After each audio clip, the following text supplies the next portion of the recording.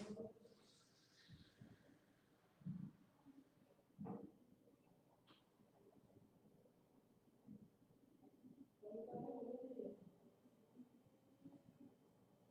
everyone, मैं Manisha Singhal.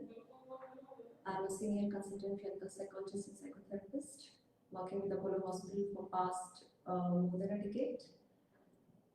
So today we're going to talk about stress. Stress, चिंता, परेशानी, worry, tension, anxiety, fear, बहुत सारे नाम हैं इसके. और हम सभी आई थिंक स्ट्रेस को एक्सपीरियंस कर चुके होंगे किसी ना किसी स्टेज पे, और हो सकता है presently also we will be going through some other stress. Stress अगर जनरली बोलें तो है क्या? What is stress? एक फीलिंग है, एक नॉर्मल ह्यूमन फीलिंग है, एक साइकोलॉजिकल पेन है, एक इमोशनल पेन है, एक चैलेंज जो हम फेस नहीं कर पाते हैं, तो जो नॉर्मल एक ह्यूमन रिएक्शन होती है, ये वो है. सो स्ट्रेस होता क्यों है? स्ट्रेस के कॉजेज क्या होते हैं? बचपन से लेके बड़े होने तक अगर हम देखें तो हर स्टेज पे कहीं ना कहीं स्ट्रेस रहता है. जब हम छोटे होते हैं तो कोई टॉय हमें पसंद आ जाता है. अब वो टॉय आना हमारे लिए बहुत इम्पोर्टेंट है. वो नहीं मिलता है तो हम स्ट्रेस हो जाते हैं. अब उसकी सिवियरिटी, उस स्ट्रेस की सिवियरिटी शायद कोई और नहीं समझ पाएगा, लेकिन हम उस एज पे समझते हैं. स्कूल गोइंग बच्चे, उनके लिए एग्ज़ाम फेस करना, या कुछ टीचर से डर लगता है उनको फेस करना, या कुछ सब्जेक्ट्स में इंटरेस्ट नहीं आता है लेकिन अनअवॉइडेबल है तो उनको पढ़ना ही है, तो वो एक स्ट्रेस. या पेरेंट्स कह रहे हैं पढ़ो पढ़ो पढ़ो, प्रेशराइज हो रहे हैं हम साइलेंटली. या कुछ केसेस ऐसे होते हैं जिसमें पेरेंट्स कुछ कह ही नहीं रहे, तो बच्चे सोचते हैं यार ये पेरेंट्स क्या कह रहे नहीं है, मुझे तो कोई कुछ कहता ही नहीं है, क्योंकि शायद मैं मार्क्स अपने आप ले आता हूँ या ले आती हूँ इसलिए. तो वो एक अलग तरीके की स्ट्रेस है. या कॉलेज गोइंग बच्चे जितने होते हैं उनका कुछ एडिशनल स्ट्रेस ऐड हो जाते हैं उनकी लाइफ में, जो हम सभी जानते हैं. कुछ चैलेंजेस आते हैं क्योंकि वो एक नए फेज में एंटर कर रहे होते हैं. अगर कोई, if somebody is looking for a job, for new work, then how to face the interview, how to study about a particular company, how to present yourself nicely. या नर्वसनेस होती है कि मैं कैसे प्रेजेंट कर पाऊंगा स्टेज को, या जो भी मेरे इंटरव्यूज होंगे उनको. या जो ऑलरेडी जॉब में है, so job is not that satisfying because earning जो सैलरी है वो बहुत कम है, too many bills to pay and too less money in hand. या टाइम टेकिंग बहुत है, फैमिली को टाइम नहीं दे पा रहे हैं, सो वर्क फ्रंट और फैमिली फ्रंट पे थोड़ा सा बैलेंस स्ट्राइक करना मुश्किल हो रहा है. या फैमिली की अगर हम बात करते हैं तो फैमिली में एडजस्टमेंट, 4 मेंबर्स अगर हैं तो चारों की अलग अलग नेचर है, चारों की अपनी अपनी पर्टिकुलर पर्सनालिटी है, जो मैच करना बहुत मुश्किल होता है हर चीज़ पे. हाँ, कुछ चीज़ों पे हम कम्युनिकेशन भी रहता है, अगर जहाँ कम्युनिकेशन थोड़ा सा कम हो जाता है या व्यूज़ बहुत ज़्यादा ऑपोजिट होते हैं, तो उस समय फिर एक ये चैलेंज रहता है. या कुछ घरों में एक रिस्ट्रिक्शंस काफ़ी होते हैं, तो बच्चों के लिए वो माहौल में जैसे जैसे वो बड़े हो रहे होते हैं तो वो कंफर्टेबल फील नहीं करते हैं, and they start comparing themselves, their homes, their family, their parents with their peers. So इस तरह के छोटे छोटे या बड़े स्ट्रेस चलते रहते हैं. अलावा इसके डिवोर्स हो गया, या रिलेशनशिप इश्यूज हो गए, या हमारे किसी लव्ड वन की डेथ हो गई, या सेपरेशन एंजाइटी हो गया, तो स्ट्रेस की इंटेंसिटी और सिवियरिटी और हर स्टेज पे अलग अलग टाइप की स्ट्रेस रहती है. लेकिन stress, I would say this is essential for life, and this is actually set कि स्ट्रेस बहुत ज़रूरी है हमारी लाइफ के लिए. कुछ स्ट्रेस बहुत पॉजिटिव होते हैं और जैसे कुछ लोग बोलते हैं कि have a stress free life, this is not possible. Stress free life कभी नहीं हो सकती। This stress is a part of our life, we should accept it, it's a part of our life. Depend करता है कि हम उसको कैसे ले रहे हैं, ये डिपेंड करता है। सो स्ट्रेस जो पॉजिटिव होते हैं, जो एसेंशियल होते हैं हमारे लिए, उनको हम यू स्ट्रेस बोलते हैं। अब आप कहेंगे वो ये कौन सा स्ट्रेस है जो एसेंशियल है?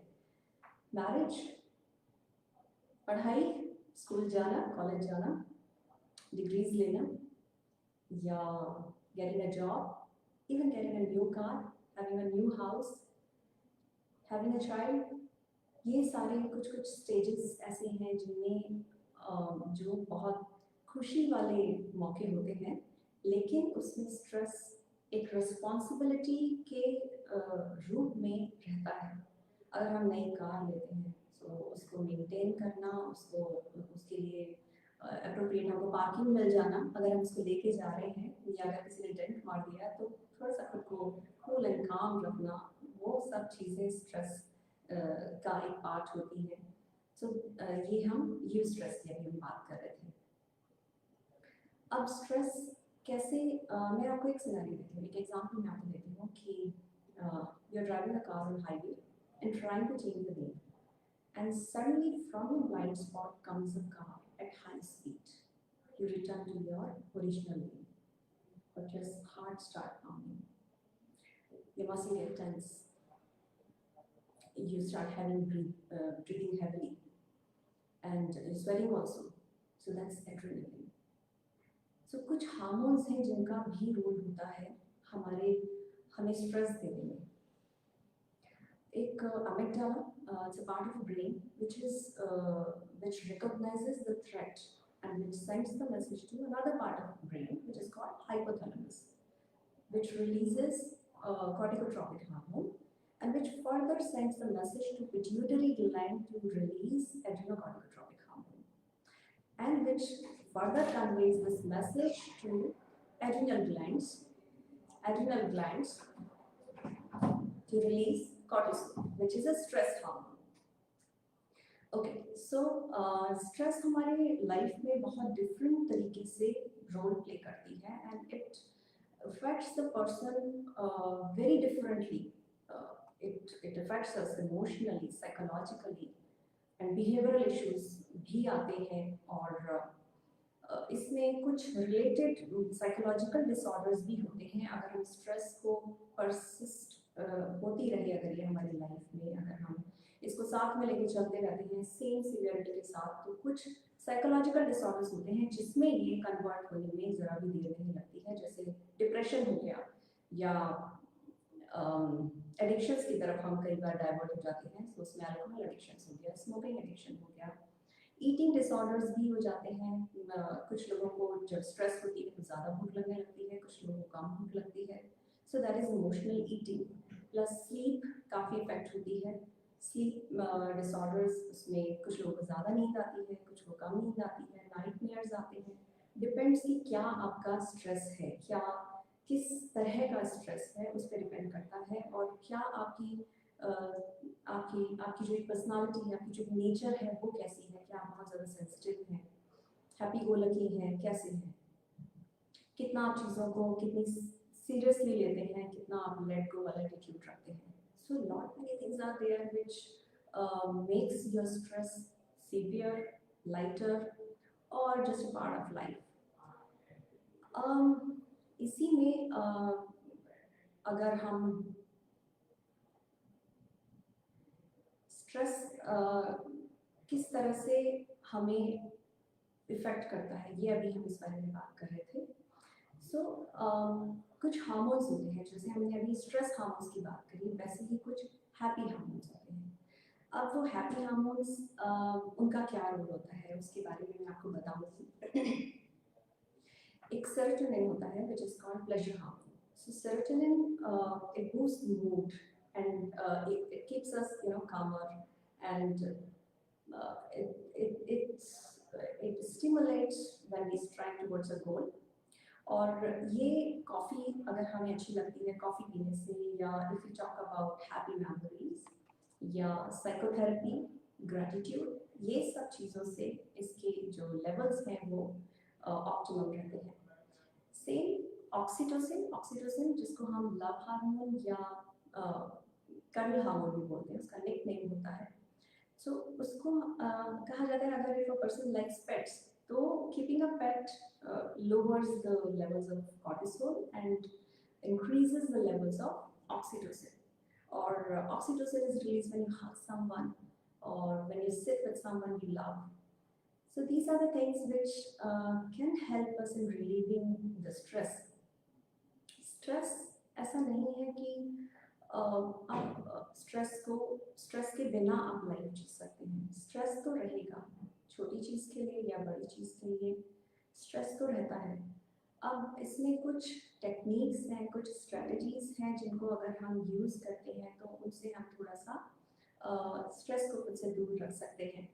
जैसे 4E स्ट्रेटजी फार्मूला मैं आपको बताती हूँ। 4E स्ट्रेटजी फार्मूला होता है अगर if you are having some stress and either you can avoid it, you can alter it or adapt with it or accept it.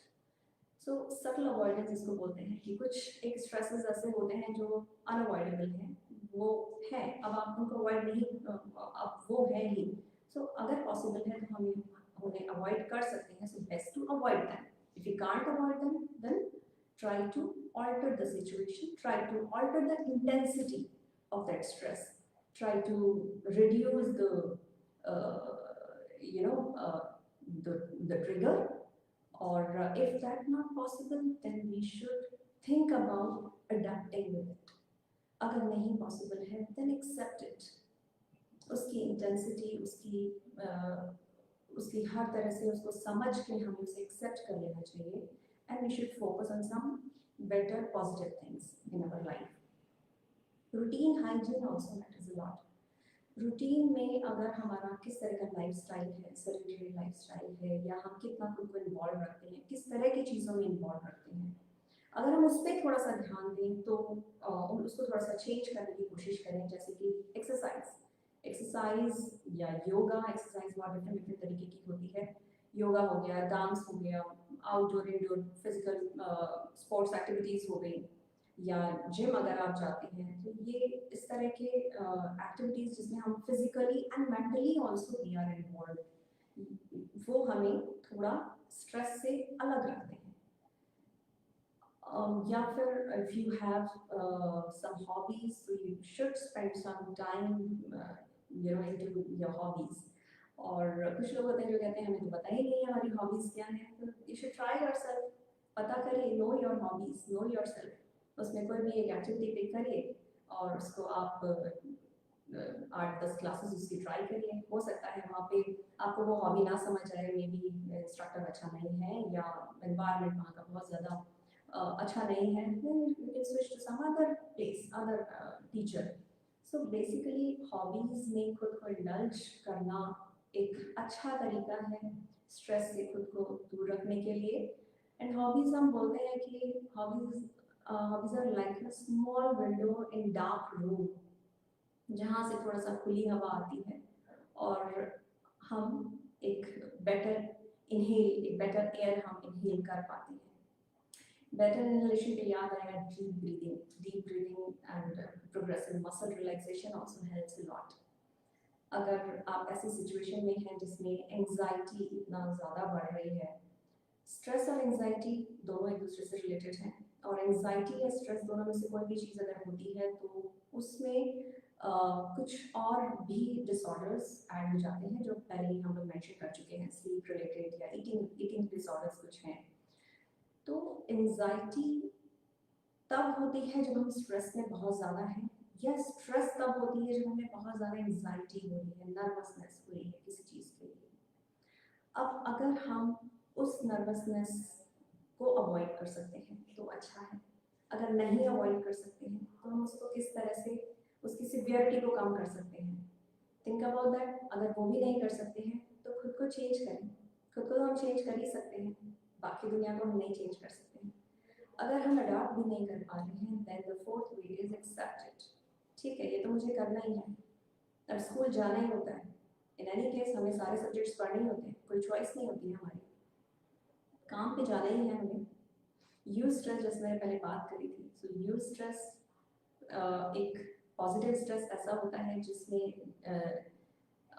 जो हमें मोटिवेट करता है प्रमोशन के लिए, जो हमें मोटिवेट करता है to run the last round of marathon और to wake up timely in the morning, जिससे हम काम पे हम टाइम पे पहुंच सकें।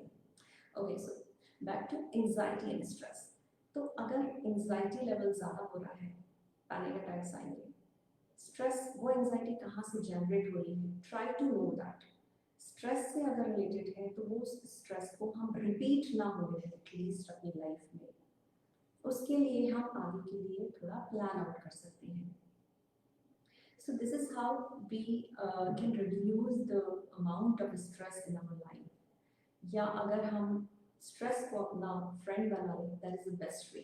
उसको हम किस तरह से चेंज करें कि हमें स्ट्रेस अगर आ रहा है, हमें मालूम है किसी पर्टिकुलर पर्सन और पर्टिकुलर सिनेरियो में हमें स्ट्रेस होती है, we are not comfortable in that, तो हमें हमें और दूसरी तरीके से उस चीज़ को समझने का, उस चीज़ को एक्सेप्ट करने का के लिए हम सोचते हैं, अदरवाइज हम सोचते ही नहीं। सो एक कहते हैं कि 10% स्ट्रेस है, लेकिन 90% how we react to that is responsible for our stress, the amount of stress we are having. So best है स्ट्रेस से भागे ना, स्ट्रेस को एक्सेप्ट करें, उसे समझें और उसको चेंज कैसे हम कर सकते हैं, उसको किस तरह से हम हेल्दी बना सकते हैं जिससे हमारी मेंटल स्टेट हेल्दी रहे। So that will be the best way. Stay healthy, stay positive.